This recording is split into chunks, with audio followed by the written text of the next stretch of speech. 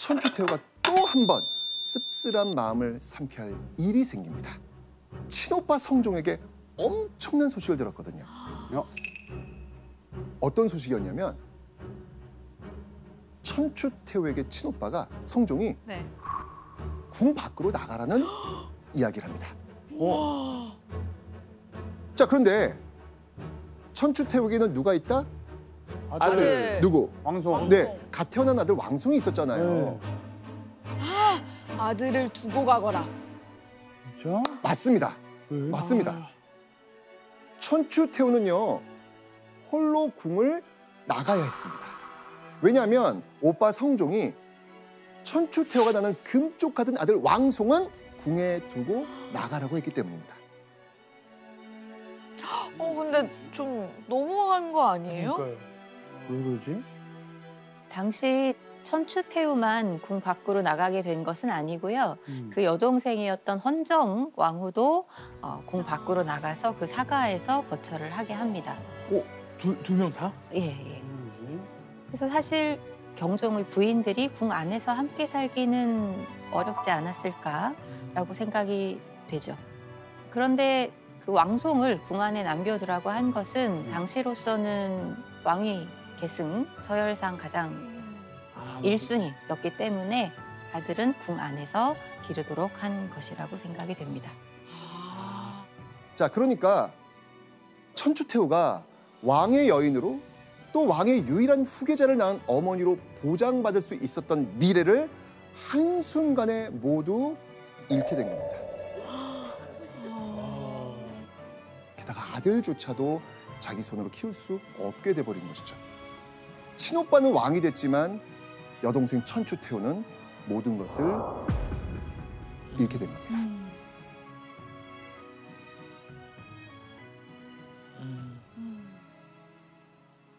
자, 그렇게 궁 밖에 나와 살게 된 천추태후.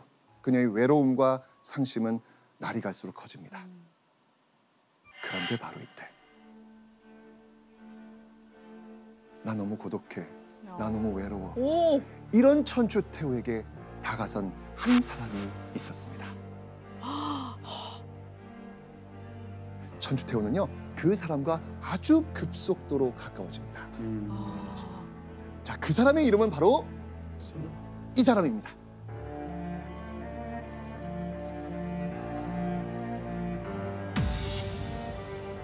김치양. 궁에서 나가 살게 된 천추태후에게 새로운 사랑이 찾아옵니다. 재혼인가요? 이게 급해요. 아니, 연애는 좀 아들 지금 미리 합시다. 연애 좀 합시다. 속전속결 좋아하시더니. 천천히 가야죠. 네. 네. 사실 고려 시대에는요, 연애와 결혼이 비교적 자유로웠습니다. 그리고 여성이 이혼한 뒤 재혼하는 경우도 굉장히 많았습니다. 좀 자유로운 시대였어요, 고려는요.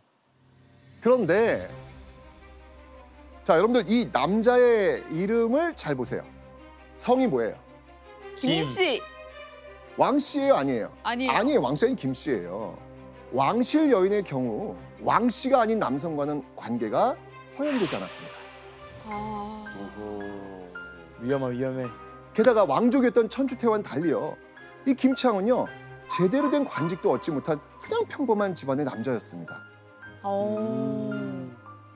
그러니까 이 김치향과의 사랑은요, 고려 시대 때는 절대 용납될 수 없는 위험한 사랑이었던 겁니다.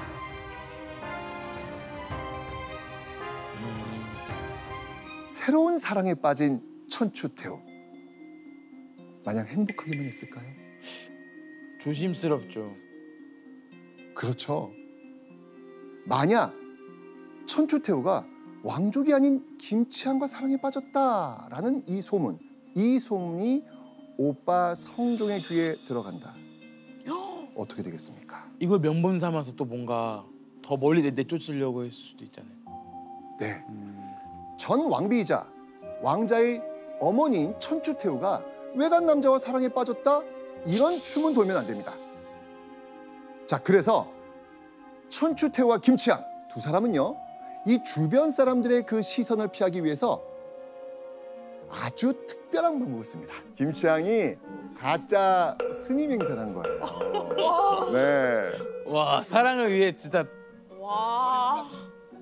자, 고려시대 때 불교는요, 국가에서 또 민간에서도요, 매우 중요한 종교였습니다.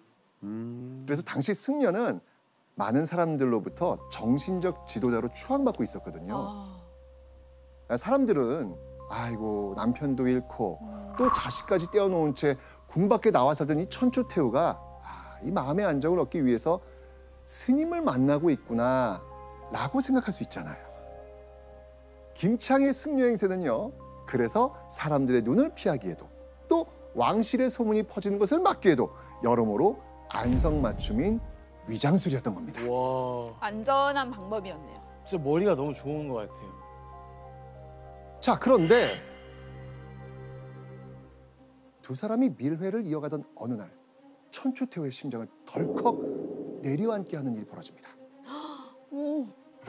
바로 천추태후의 연인 김치향이 볼기짝이 터지도록 곤장을 맞고 먼 곳으로 유배를 떠나라는 명령을 받게 된 겁니다. 아니 스님을 그렇게 때려도 돼요? 걸린 거죠. 맞습니다. 와 천추태후가 절대 들키지 말아야 했던 그 비밀. 결국 고려의 왕이자 천추태후의 오빠 누구? 성종. 성종의 귀에까지 들어가 버린 거예요. 다 걸린 거예요? 네. 스님 행사랑 둘이 만나는 네, 것도 네, 네, 아이고야. 네, 네. 아이고야. 감히 왕실의 연인 내 동생을 건드려. 천추태후와 김치향이 은밀한 사랑을 이어가고 있다는 사실을 알게 된 성종은요, 크게 분노합니다. 게다가요, 두 사람 사이에 아이라도 태어난다면 이거 어떻게 되는 거예요? 큰일 나죠. 그렇죠. 이거 지금 상상도 할 수 없는 일이 벌어진 겁니다. 지금 그렇죠. 돌이킬 수 없는 고려 왕실 최악의 스캔들이 되는 겁니다. 아, 그래서 성종은요, 김치향을 멀리 유배 보냄으로써 이 두 사람이 더 이상 미래를 이어가지 못하도록 관계를 끊어버립니다. 그런데요, 성종과 고려 왕실을 또 한 번 발칵 뒤집는 사건이 생겨버립니다. 성종과 천추태후의 친여동생 헌정왕후였습니다. 와. 자, 그렇다면 헌정왕후와 또 사랑에 빠진 남자 누구였을까요? 바로 왕욱. 잠깐만요. 잠깐만요. 왕욱은 왕국 아까 전에 천추태후의 아버지? 아버지였잖아요. 아버지잖아요. 아니 잠깐만요. 아니 아버지잖아요. 천추태후의 아버지면은 자기의 아버지 아니에요?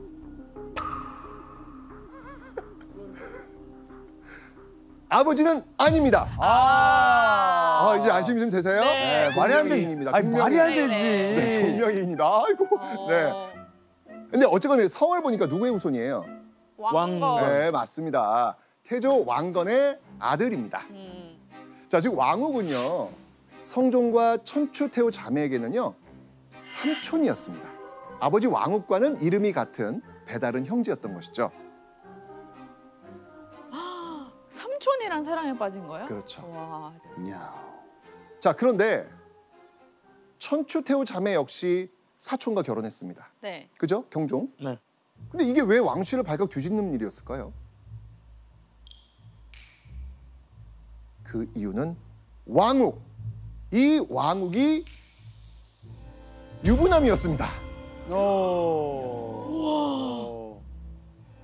고려 시대에는요, 왕을 제외하고는요, 일부 일처제가 기본적인 혼인 형태입니다. 아, 그러니까 두 사람의 관계는 뭐다? 불륜인 거네요. 그렇죠. 와 불량. 자, 하지만 이미 불붙기 시작한 헌정왕후와 왕욱의 사랑은 꺼질 줄 모릅니다. 그렇게 유부남 삼촌과 과부가 된 조카는 왕욱 아내의 눈을 피해 뜨거운 정을 나누게 됩니다. 천추태후는 사랑에 빠져서는 안 될 남자와 사랑에 빠지고 또 다른 여동생 헌정왕후는 불륜에 빠진 이 황당한 상황. 자매가 참 쉽지 않네요. 자, 그렇다면 헌정왕후가 불륜을 저질렀다는 소식을 들은 성종 가만히 있었을까요? 아유, 아니요. 이제 못 참아. 네. 김치양에 이어서요. 헌정왕후와 사랑에 빠진 삼촌 왕욱 역시 가차없이 오늘날 경남 사천으로 유배 보냅니다. 그런데 사랑하는 연인을 유배지로 떠나보낸 충격이 컸던 것일까요? 어. 헌정왕후가 갑자기 털썩 쓰러지고 맙니다.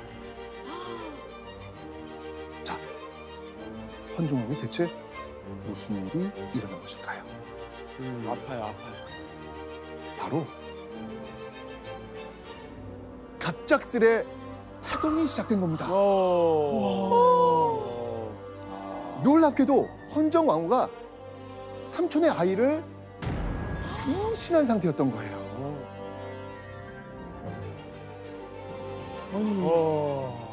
오늘 HTX 진짜 아침 드라마로 이렇게 나가는 거예요? 이번에?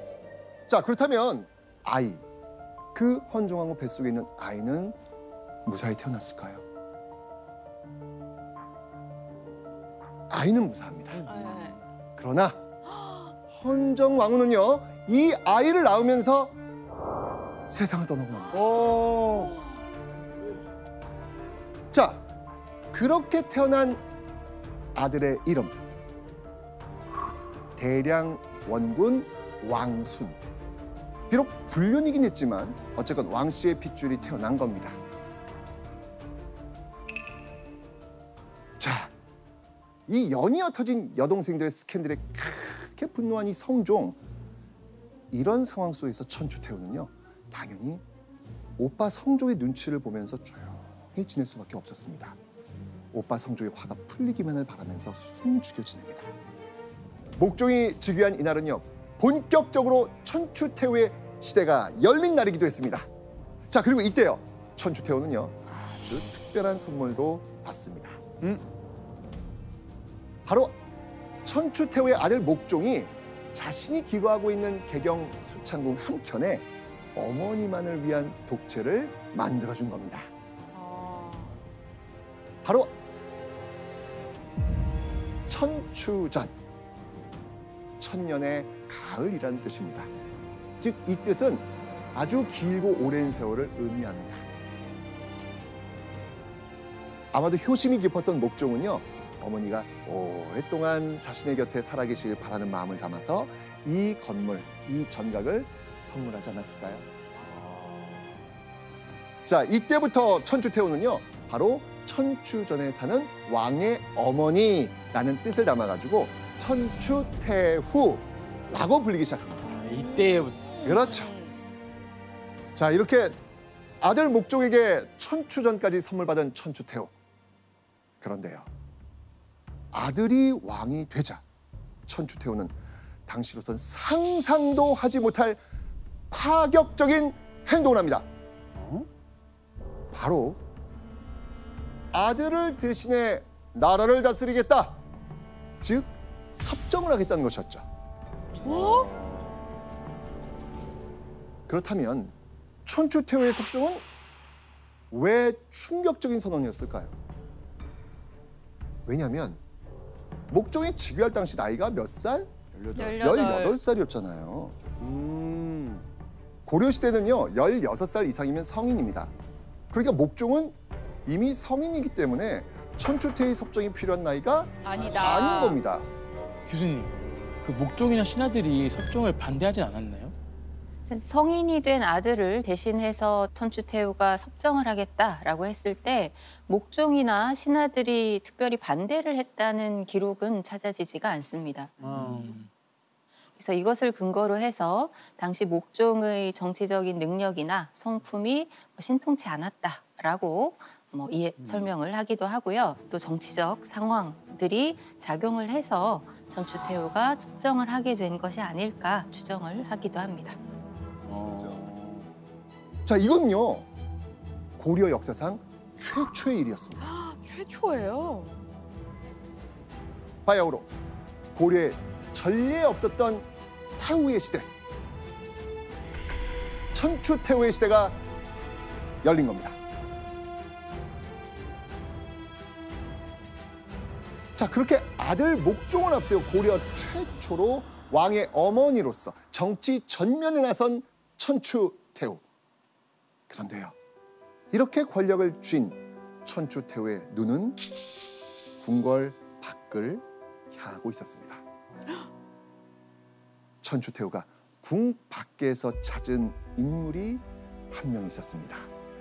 누구였을까요? 그 밖에 사는 인물이요? 바로 김치향이었습니다.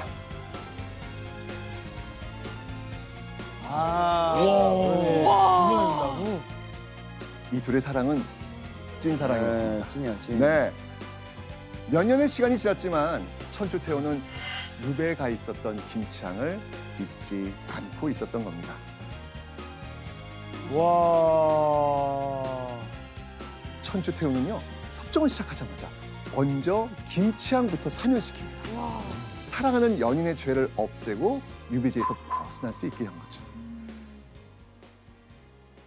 자, 그런데 유배지에서 돌아왔다고 해서 이 천추태후가 마음 놓고 자신의 사랑하는 김치향을 만날 수는 있었을까요? 김치향이 어쨌든 왕족도 아니니까 지금 신분에서는 더더욱 옛날처럼 안 되죠. 맞습니다.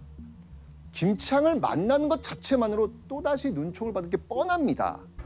그래서 천추태후는 이번에도 언제라도 김치향을 만날 수 있는 한 가지 방법을 생각해냅니다. 그 방법은 무엇이었을까요? 자, 먼저 맨 처음 사랑을 할 때는 김치향을 어떻게 시켰죠? 스님. 네. 자, 이번엔 김치향에게 관직을 줘서 궁으로 불러들이려는 계획을 시행합니다. 와. 자, 김치향이 가장 먼저 일했던 곳은요, 궁중 의례를 담당하는 한문이라는 기관의 말단 관직이었습니다. 더 나은 벼슬을 줄 수가 없었네. 다른 사람들의 눈도 있고 해서. 궁주님 옆에 있을 수만 있다면 이마저도 제겐 과분하죠. 이제 천추태후는 언제든지 김치향을 만날 수 있게 됐습니다.